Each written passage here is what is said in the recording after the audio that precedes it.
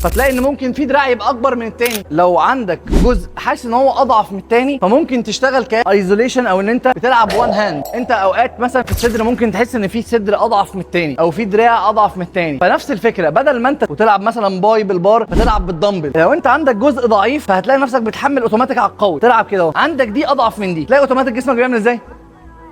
يحمل على القويه عشان انت عندك دي ضعيفه مش قادره. فتلاقي ان ممكن في دراع يبقى اكبر من التاني. طب انت عايز تركز على دراع معين تعمل كده. طب انت عايز تركز على اللاتس لوحدها تعمل كده. فهنا اوقات لما انت تبقى عايز تخلي القوه اللي في الناحيه اليمين زي الشمال وانت واخد بالك من تاثير ملحوظ في بوينت معينه في الجسم، فالاحسن ان انت تروح للفردي اكتر من الزوجي، لان جسمك اوتوماتيك بيعوض بالبار بالسحبه، فتلاقي ان في جزء اشد من جزء بكتير. ولو عايز تبقى مدرب شاطر قادر تصمم البرامج التدريبيه بناء على معرفتك لعلوم التشريح وعلم الحركه، تقدر تبدا دلوقتي حالا في كورس التشريح لاعداد المدربين. هتلاقي اللينك في البايو وعليه خصم 50% بمناسبه العيد.